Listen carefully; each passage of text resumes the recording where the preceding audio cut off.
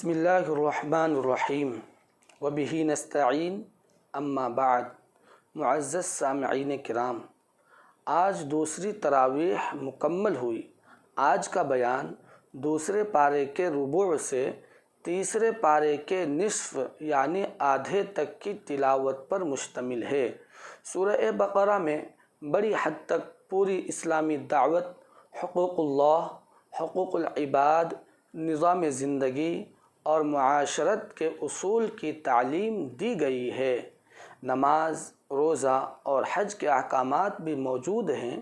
زکوٰۃ، صدقات اور امداد، باہمی مشاورتی نظام، شادی، طلاق، عدت و وصیت، لین دین اور قرض وغیرہ کے متعلق بھی ہدایت دی گئی ہے۔ امر و نواہی یعنی اچھائی کا حکم اور برائی سے روکنا، جائز و ناجائز باتوں کی تعلیم کا بہت زیادہ حصہ اس صورت میں موجود ہے، جسے اسلامی ضابطۂ حیات کہتے ہیں۔ آج کی تلاوت کی ہوئی آیات میں ایمان کی تفصیل اور اس کی شرط یہ بتائی گئی ہے کہ ایمان لاؤ اللہ پر، اللہ کے رسول پر، روز آخرت پر، فرشتوں پر، سب پیغمبروں پر اور ان سب کتابوں پر جو مختلف زبانوں میں مختلف پیغمبروں پر نازل کی گئی ہے، اور حکم دیا گیا ہے کہ اپنے مال میں سے والدین، رشتہ دار اور یتیموں، مسکینوں، مسافروں اور غلاموں کی مدد کرنے میں خرچ کرو۔ قتل کے بارے میں جان کے بدلے جان اور مقتول کے وارث راضی ہو تو خون بہا یعنی معاوضہ کا حکم دیا گیا ہے۔ روزے فرض کیے گئے ہیں اور معذوروں کے لیے رعایت رکھی گئی ہے۔ مشرک اور مسلم مرد و عورت کا نکاح ناجائز قرار دیا گیا ہے۔ بچوں کو 2 سال اپنا یا غیر عورت کا دودھ پلانے کی اجازت دی گئی ہے۔ سود کا لین دین قطعاً حرام قرار دیا گیا ہے۔ اس صورت شریفہ میں پیغمبروں کے قلبی اطمینان میں اضافہ کرنے کے لیے مردوں اور مردہ جانوروں کو زندہ کر کے دکھائے جانے کا ذکر فرمایا گیا ہے۔ پھر سورہ بقرہ کے اخیر میں اللہ تعالیٰ نے اپنے بندوں کو دعا کے الفاظ اور طریقے سکھائے ہیں۔ نیز اس صورت میں آیات قرآنی میں غور و فکر کرنے کی بار بار تاکید فرمائی گئی ہے۔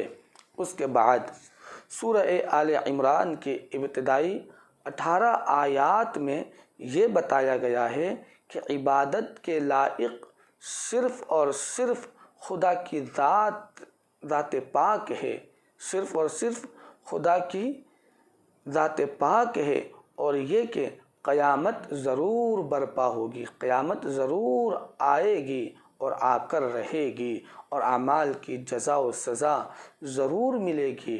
قرآن مجید اس لیے نازل کیا گیا ہے کہ حق و باطل میں، کہ اچھائی اور برائی میں امتیاز ہو جائے۔ نیز یہ بتایا گیا ہے کہ جنگ بدر میں اللہ نے جس انداز میں مسلمانوں کو فتح عطا فرمائی، اس میں سمجھداروں کے لیے اللہ کی قدرت کی نشانیاں ہیں اور غور و فکر کرنے والوں کے لیے بڑی عبرت ہے۔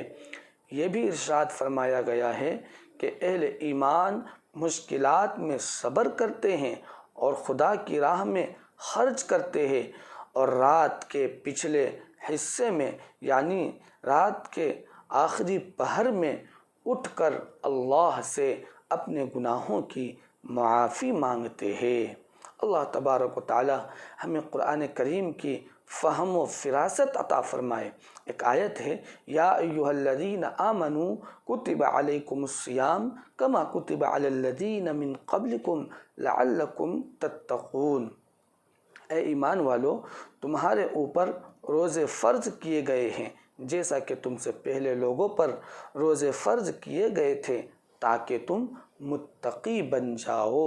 یعنی روزہ رکھنا اس کا ایک بڑا مقصد ہے کہ ہم متقی بن جائیں، پرہیزگار بن جائے، کیونکہ جب انسان روزہ رکھتا ہے تو بہت ساری برائیوں سے وہ بچ جاتا ہے، اور یہی عادت اگر کوئی اپنے آپ کی لگا لے تو پوری زندگی اس کی تقوی والی زندگی گزرے گی، اور وہ اللہ کا محبوب بن جائے گا اور اللہ کا مقرب بن جائے گا۔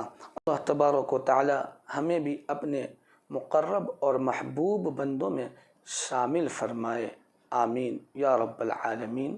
سبحان اللہ و بحمدہ، سبحان اللہ العظیم۔ السلام علیکم ورحمۃ اللہ وبرکاتہ۔